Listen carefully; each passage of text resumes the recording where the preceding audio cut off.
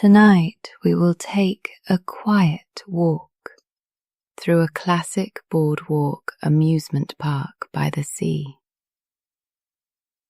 where the lights glow softly and the rides hum at an easy pace. We'll visit the Ferris wheel, the arcade, the shooting gallery, and a scatter of gentle midway games, while the sound of waves keeps steady time beneath the planks. The entrance arch is lit with a rim of round bulbs, each one a warm pearl against the dark sky. The wooden letters spelling the park's name are painted cream and trimmed in navy, a little weathered from the salt air. Beyond the gate, the boardwalk stretches in a long line, a ribbon of pale wood with darker seams. The planks flex and whisper underfoot.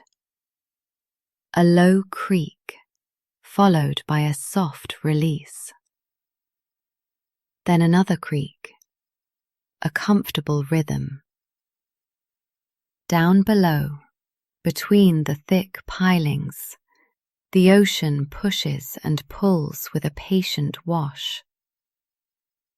The air smells like salt, spun sugar, and a hint of machine oil from the rides. Strands of pennants hang between poles, their colours subdued under the nightlights, shifting slightly in the breeze. A few people drift by, unhurried, talking in low tones that blend into the general hush. Somewhere ahead, a bell rings twice. Not urgent, just a clear chime that marks the moment. Overhead, a handful of gulls settle on a railing and tuck their bills under their wings, making no sound at all. Under your shoes, the boardwalk boards show a record of many seasons, their tops smoothed to a satin finish by footsteps. Between some of the planks, fine sand has collected, pale as chalk dust and soft when you scuff it. You pass a spot where fresh tar has been brushed in a narrow line, neat and dark against the grain. On either side, light strings are tied to upright posts, and they sway gently as the wind passes through. The bulbs make soft circles on the wood, overlapping in a pattern like fish scales. Every so often, a loose bit of metal on a sign makes a small tap, then is still again. The handrails are cool in your palm, with tiny dimples where the varnish bubbled long ago.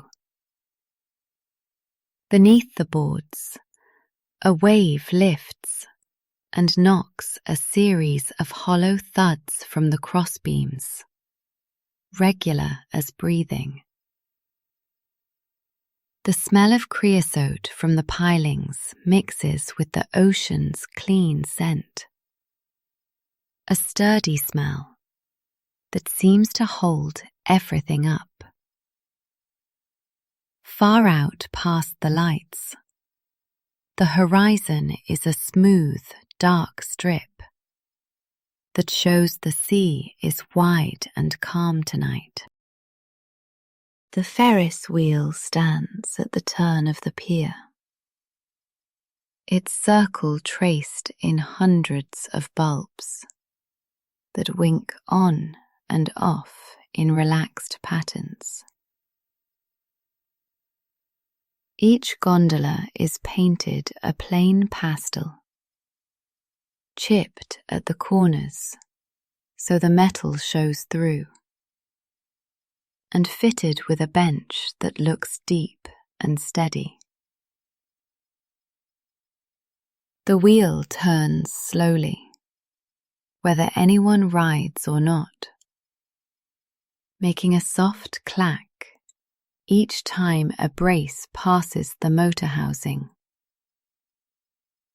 You step into a gondola when the attendant swings the gate open with a practiced click, and the seat has the cool feel of painted metal. A short bar lowers and settles with a latch you can trust, and a second later you rise cleanly away from the platform. The night spreads out in a gentle gradient, from the brighter midway to the dark ocean and darker sky. From up here, the lights along the boardwalk are tidy strings, and the game booths make neat stripes of colour. Somewhere below, the carousel organ murmurs, the sound carried on the breeze in bits and pieces. The wind is calm this high, a steady flow that moves the hair at your temples and cools the skin on your arms. When your car eases back down, the attendant raises the bar with a lift of his wrist, and the platform boards take your weight again with their familiar creak. The carousel pavilion is housed in a round building with open arches, and inside it, everything gleams. The horses wear saddles painted in jewel colours, with small chips on the high points of the carvings, where hands have polished them smooth. Brass poles rise into the ceiling and disappear into a ring of lights that cast a soft sheen on the mirrors behind the animals. The floorboards have a shallow curve where the turntable moves, and the grain shows a long pattern like flowing water. When the carousel starts, the horses lift and lower with a steady push from inside the machinery, and the platform spins at a measured pace. The organ pipes are tucked into a decorated cabinet with carved garlands, and their song is bright, but not loud.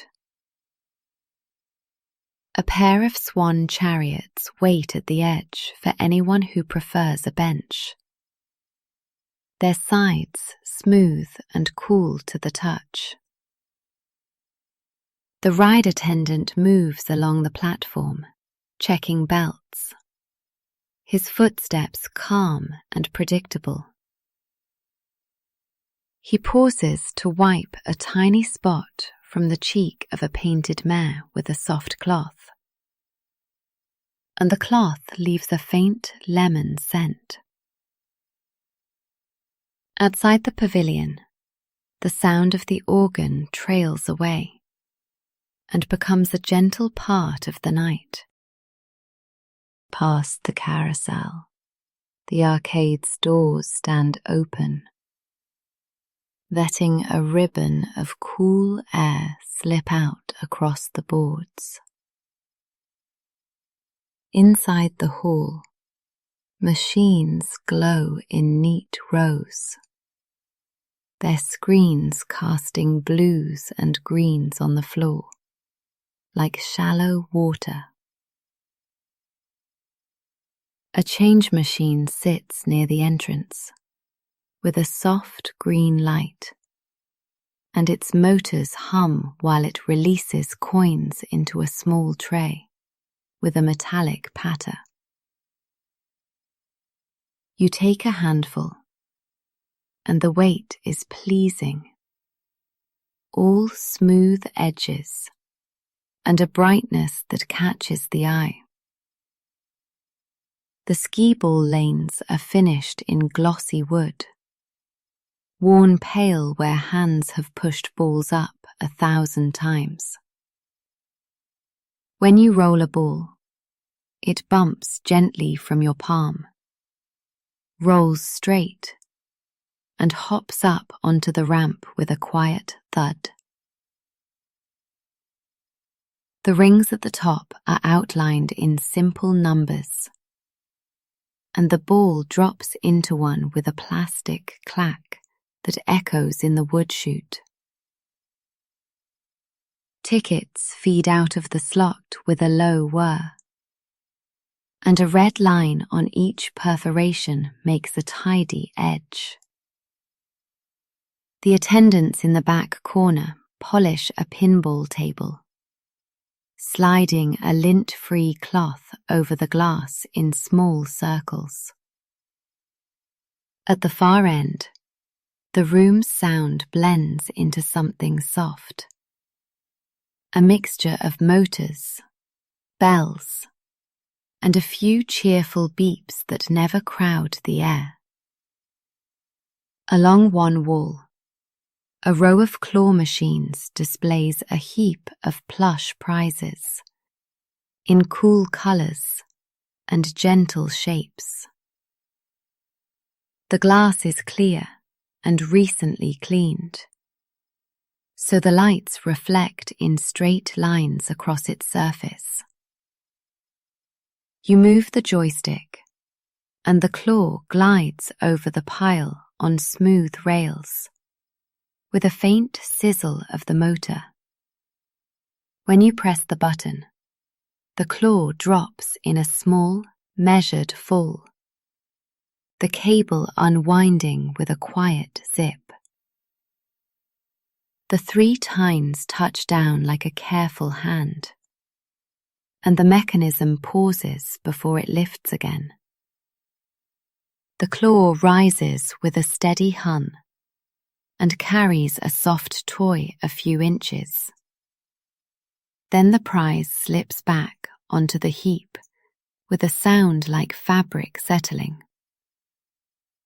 The lights inside the machine cycle through a slow pattern, never flashing, yet just changing from one calm shade to another. A card on the front shows the price in rounded numbers, and there is a small plastic door where winnings come out. The carpet in this aisle is patterned with stars and circles that guide your steps without needing to be noticed. In the corner, a fan moves air in a slow sweep, and its grill clicks gently at the end of each arc. The shooting gallery is set up under a striped canopy, with edges scalloped like waves, and the counter is made of smooth painted wood. Behind it, rows of small targets in tin and enamel wait on narrow rails and shelves. There are ducks with neat profiles, metal stars with 5 sharp points, and bells with little tongues that sit ready to ring. The rifles on the counter are tethered and weigh just enough to feel stable, their surfaces rounded and clean. When you squeeze the trigger, a soft puff of air leaves the barrel, and a small light flashes near the muzzle. The invisible hit makes a target tip or spin, and the tin yields a cheerful ting that fades quickly. A row of flowers on stalks folds down in sequence, then springs back when a button is pressed beneath the counter. The attendant watches quietly and resets anything that sticks with a tap of a small wooden stick. He keeps a cloth tucked in his apron to dry any dew from the metal, and the cloth leaves faint lines that catch the light. Above the game, a simple score panel lights up with red numbers that count just high enough to make you smile. Next to the gallery, a water race game lines up a row of stools and a bank of bright stripes, each with a small hole that waits for a stream. The nozzles are smooth and round, and when the switch flips, a cool trickle is ready at each station. Each stream hits its target with a clear bead of water that rises as you hold steady, carrying a small figure up a track. The figures are modest, little rockets and fish and balloons that climb at a calm rate as the water holds true. Bells ring when someone reaches the top.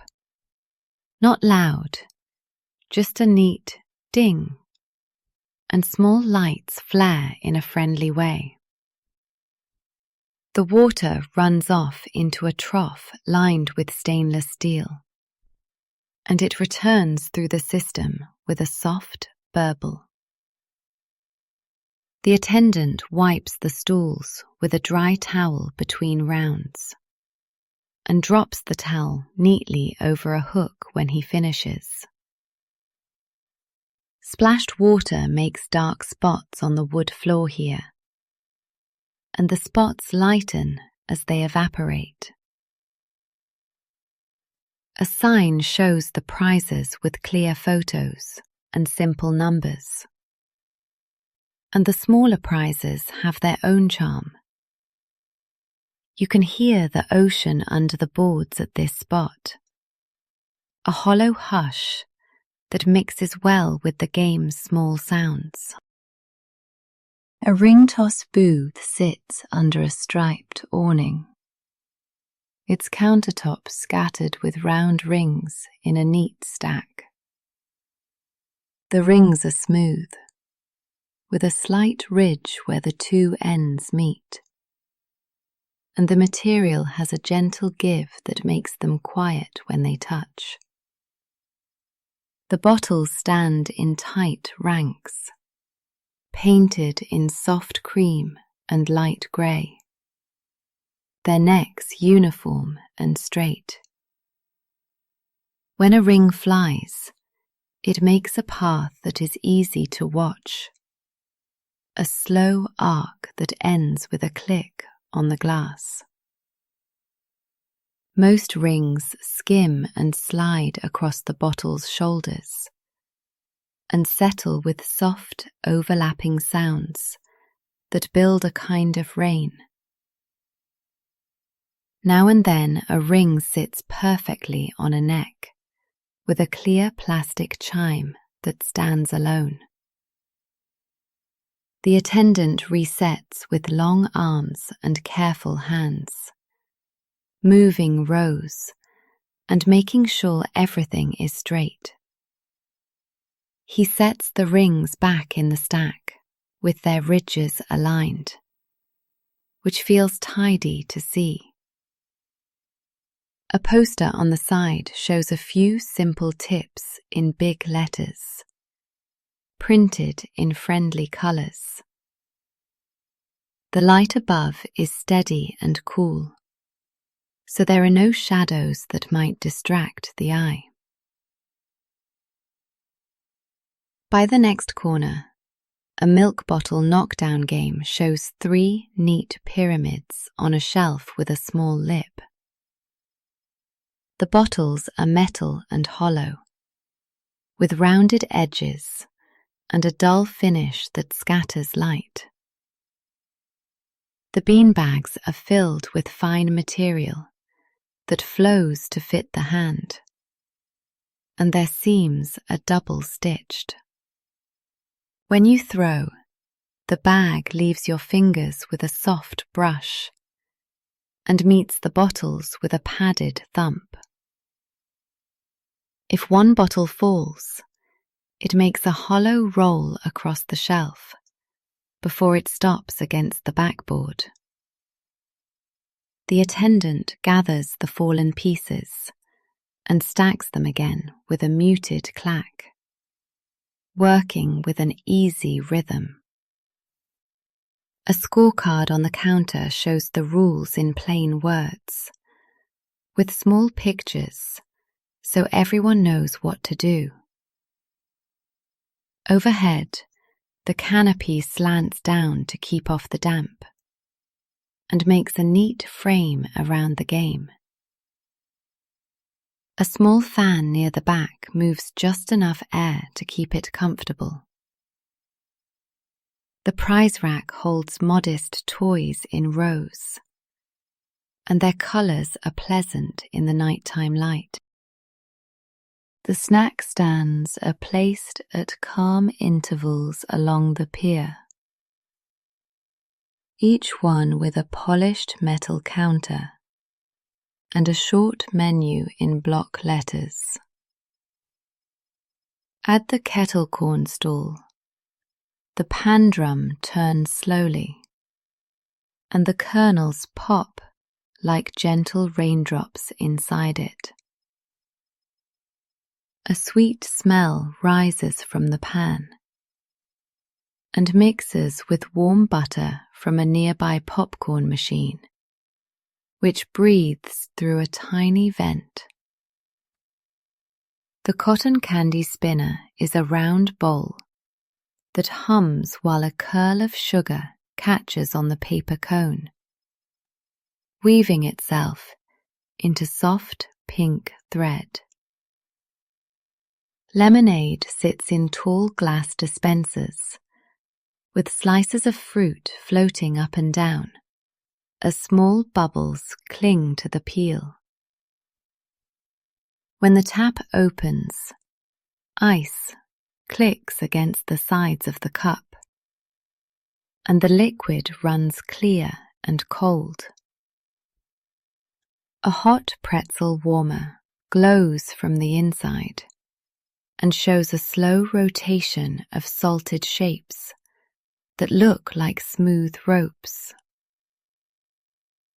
Napkin dispensers sit at each corner and slide out single sheets that feel firm and crisp.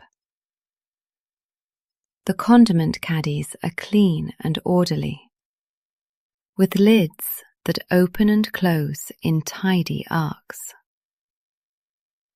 Behind the counter, a radio plays a gentle old tune at a low volume, and the melody settles into the night without drawing attention. The prize redemption booth stands under a sign made of painted wood, the letters outlined in tiny bulbs that stay lit without flashing. Inside, shelves of prizes run from floor to ceiling, sorted by ticket value and kept neat by clear dividers. There are plush animals in calm colours, pencil cases with simple stripes, yo-yos in solid tones, and small glass fish that gleam softly. A short counter holds rows of plastic bins filled with stickers, erasers, and keychains, all arranged by type and size. The ticket counter machine hums as it pulls the strip through, adding numbers with a soft beep and a little roll of red digits. The clerk takes strips of tickets and feeds them in with a practiced hand, smoothing the paper so the machine doesn't snag. Behind the counter is a clipboard with a neat list of items and totals, and a pen tied on a string. A mirror reflects the gentle clutter of prizes, making the booth look rich without being crowded. When someone decides, the clerk places the prize in a small paper bag that makes a tidy rustle. The bag folds are pressed neatly, and the fold holds without any tape. A small corner holds a pair of classic photo booths, square and solid, with curtains that fall cleanly to the floor. A light glows softly above the stool inside, and the surface of the seat is a smooth circle of vinyl that is cool to the touch. The buttons are simple and clear, numbered from 1 to 4 for the number of pictures. When the shutter goes, it makes a soft tick and a gentle flash that is over in a blink. Between frames, a tiny bell dings once, so you can shift, and the booth waits without hurry. The printer hums from inside the cabinet, a sound like a sewing machine, even and reliable. A strip of paper slides into the slot with a faint whisper, and the ink looks slightly wet before it dries. The images show in clean rectangles with white borders, and the edges are smooth where the cutter passed. There is a small trash bin nearby for the paper wrapper from the ink cartridge, and it is already empty and clean. Outside the booth, a small sign invites you to take your time and offers a gentle reminder not to rush. Back in the arcade, a bank of pinball machines creates a pocket of quiet intensity where the sounds land softly. Each table has a clear back glass painting in modest colours, and a set of score reels that turn with a confident notch.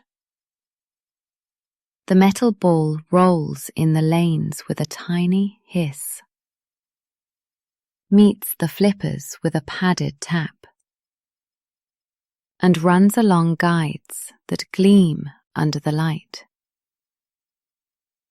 When the ball finds a bumper, the hit is a round thud, followed by a bell that never rings too loud. A tilt bob hangs inside like a small plum, and it hardly moves at all because the table is steady and level. The glass on top has been wiped clear of fingerprints, and it reflects the lights overhead in even lines. A small plaque shows the rules in tidy print, with arrows that match parts of the playfield, so you know what is what. The legs of the machines are capped with rubber feet that grip the tile and make no noise. In the corner, A technician checks a connection with a screwdriver and then tucks the tool away in a soft pouch. A stool waits by the wall if you want to sit a moment and just watch the lights move. Near the center of the park, the bumper cars rest in a low building under a roof of corrugated metal, painted in glossy white. The floor is a flat sheet that looks like smooth slate, and a faint pattern of arcs shows where the cars usually turn. Tonight they are parked in a neat ring, with their poles touching the grid above in a straight line. The cars' rubber bumpers are clean and unscuffed, and the upholstery looks firm and ready.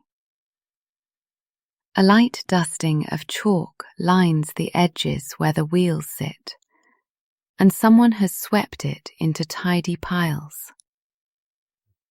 The ceiling grid is dark and orderly, and it makes a quiet stack of squares that draw the eye upward without effort. When a breeze passes, a plastic ribbon tied to a pole flutters soundlessly. The gate is shut, with a clasp that clicks shut, and the control box rests with its switches all in the off position. The attendant's stool is tucked under the counter, and a small paper cup with a few tickets inside sits next to it. Outside the building, a wooden bench waits along the wall, with a view of the Ferris wheel across the way. Back along the rail that faces the ocean, a row of coin pusher machines lines up under a clear awning. Inside each machine, tokens lie in tidy stacks at the edge, and a metal plate slides back and forth with a firm, slow rhythm.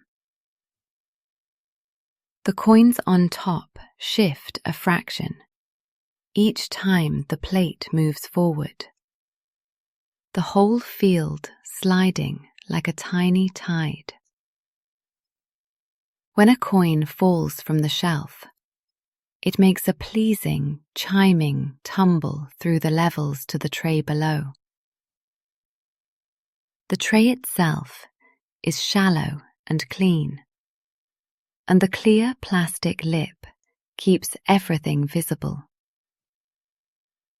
A small sticker shows the machine number in neat type, and the lights inside glow evenly, without harsh glare. You drop a coin in at the top, and it rides a little ramp that spreads placements over the field in a calm pattern.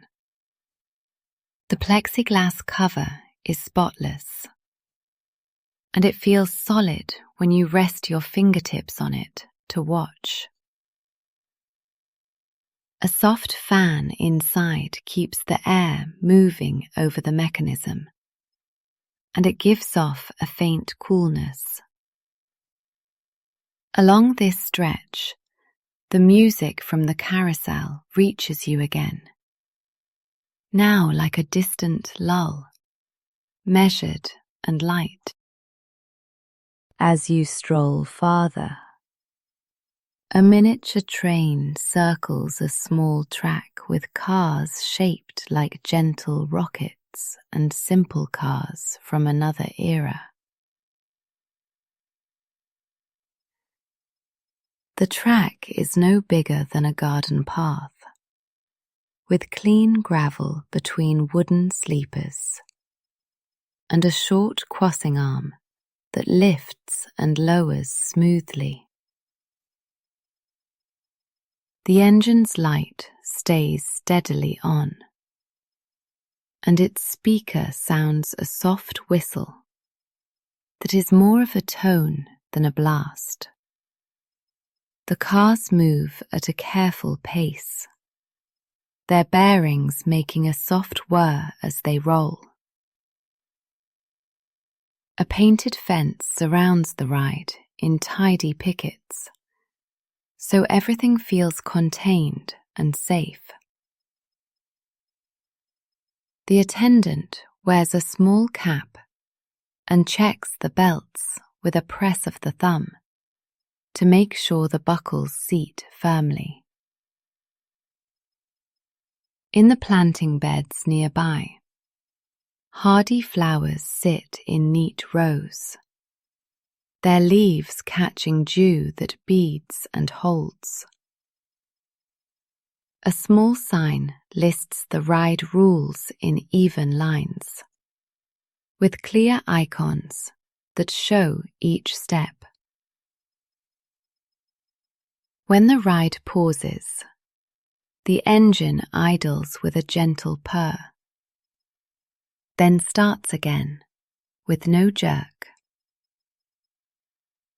The tracks themselves shine faintly, polished by use, and they leave a clear shape against the darker ground. The railing along the seaward edge of the boardwalk is sturdy and smooth, and it gives a good vantage over the sand and surf. Down on the beach, the wet sand reflects bands of light like a sheet of satin, steady and flat. The tide is easy tonight, sending low waves that fold in on themselves and spread out thinly in ripples. Wooden stairs lead down in short flights with landings, and each step has a strip of grit that holds the foot. The posts that hold the railing carry small metal plaques, and one lists the year the pier was rebuilt, with numbers punched cleanly into the surface. A breeze moves straight up the length of the boardwalk, and it carries the smell of salt and a little coolness from the water. The sound of the rides is softer here, and the ocean takes the top note, a wash and a hush. A few benches face out to sea, and their slats are smooth enough that the grain barely rises under your fingertips. There is a single lamppost here, with a round shade that throws a soft pool on the boards. Under the light, small moths circle slowly, and then drift back out into the dark. Farther on, a small bandstand holds a lone organist, playing a relaxed tune on a compact keyboard that sits under a protective hood. The notes come out clear but gentle, and they float across the boardwalk like soft talk. A pair of speakers is set low on the posts, and the volume is such that the music meets the sound of the surf halfway. On the stage, a sign leans on the leg of a stool, listing the night's times in big, simple numerals. A rag hangs over the back of the chair where the organist has set down a bottle of water, and condensation has left a round mark that will dry without a trace. The cables that feed the equipment are taped in straight lines along the edge, and the tape lies flat without a wrinkle. A small tip jar holds a few folded notes and a handful of coins that sit quiet at the bottom. A child walks past holding a balloon that bobs against the tune and then moves away. A dog on a short leash trots by and looks up at the music once, then looks ahead again. The song ends with a neat last chord and a nod, and the next begins in the same key, so the feel hardly changes. As the time eases on, a few shops close their shutters, sliding them down with rubber-lined edges that do not screech. A broom moves in wide, slow strokes across a patch of boardwalk, the bristles whispering as they gather a few leaves and paper corners. A maintenance cart rolls past, with small, solid wheels that bump softly at each plank seam. A worker coils a hose into clean loops and hangs it on a hook, then tests the faucet to make sure it is tight.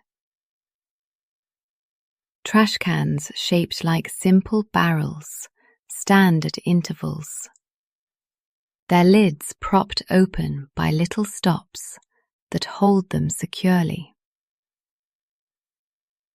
A map near the crossroads shows the layout. Clean lines and clear icons, with "You are here" marked by a soft dot of paint. A lost and found booth glows from within, and each shelf has labelled baskets where items rest until morning.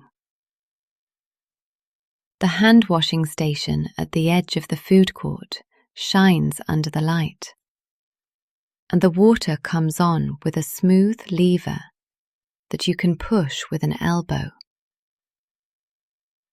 A stack of extra paper towel rolls sits in a netted crate, ready for restock with minimal fuss. The air feels a degree cooler now, but the bulbs keep everything warm to the eye.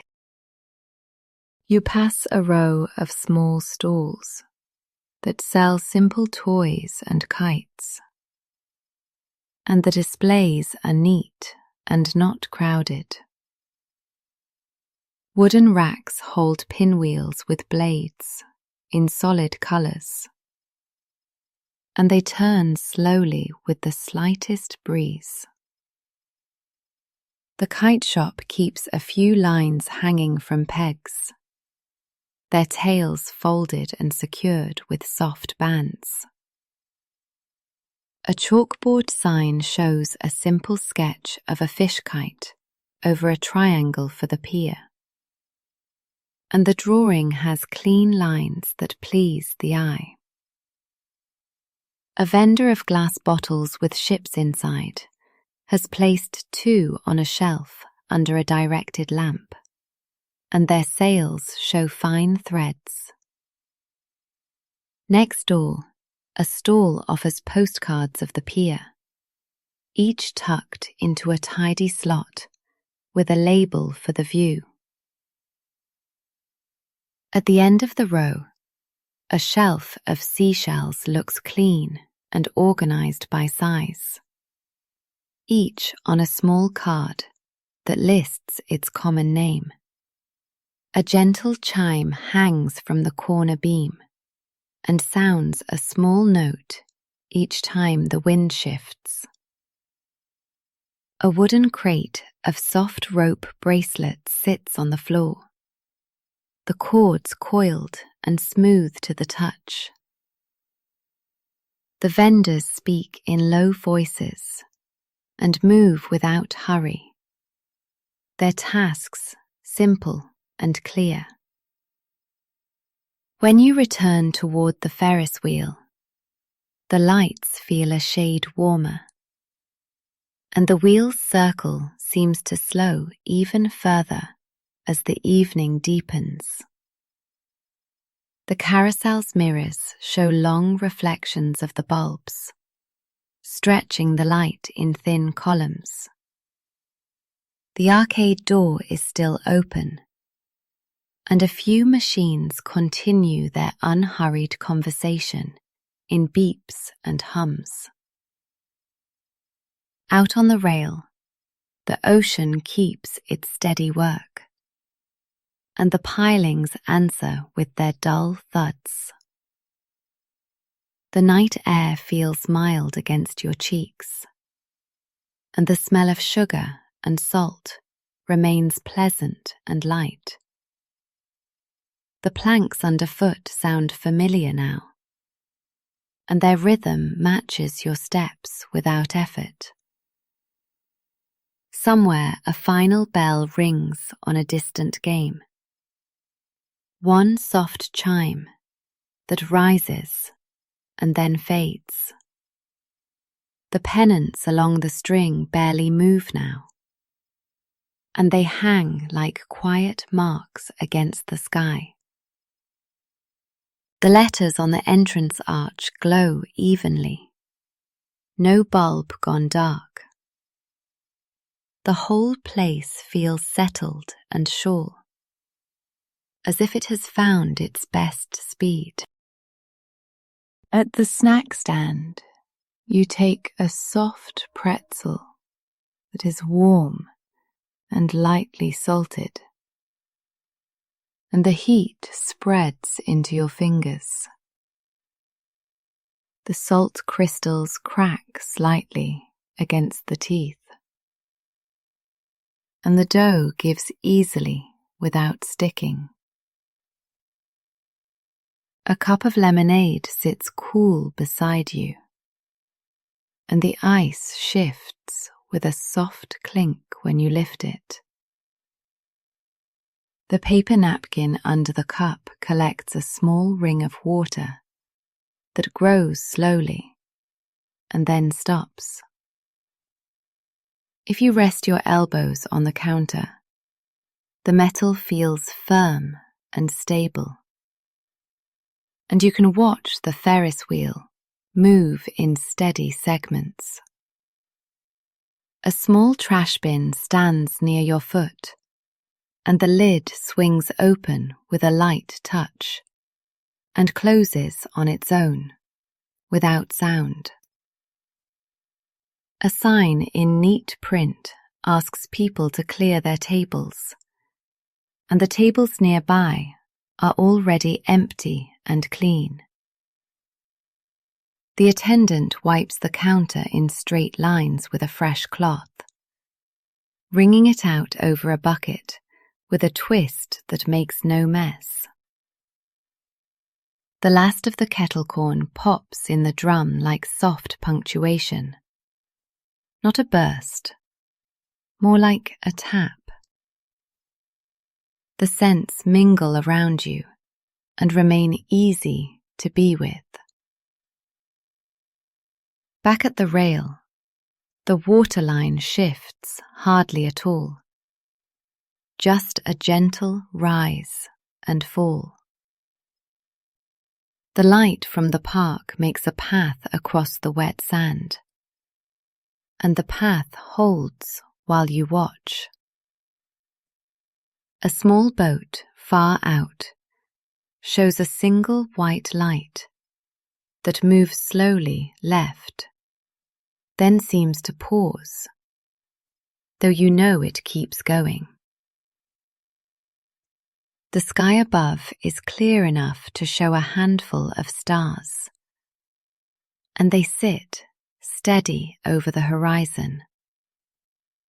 You rest your hand on the cool rail, and the wood grain is simple and straight under your palm. A gull opens one eye and closes it again, entirely calm on its perch. The Ferris wheel makes its quiet clack as another brace moves past the motor house, unhurried and sure. A faint scent of caramel lingers and fades as the breeze turns and shifts back again. The boardwalk keeps its gentle creak as others drift by, each step joining the rhythm. The park seems to breathe along with the tide, steady and light, keeping good company with the night. As you turn toward the exit arch, the lights follow you in a line that shortens with each step. The letters above the gate hold steady, and the bulbs make a clean frame against the dark street beyond. You pass the ticket booth, where a roll of wristbands sits in a stand, the edges neatly aligned. A broom leans against the wall, and a small mat reads, "See you soon," in plain block letters. The boards give one last soft creak under your heel, then ease quiet as you step onto the smoother pavement. The music from the carousel fades into the mixed sound of night and sea, until it is only a memory of a tune. The air away from the pier carries less sugar and more plain salt, and it feels open and wide. Behind you, the Ferris wheel keeps turning at its measured pace, a steady circle on the edge of the water. Beneath it, the ocean keeps to its own simple work. The night is calm, the park is calm, and your steps are calm as you head home.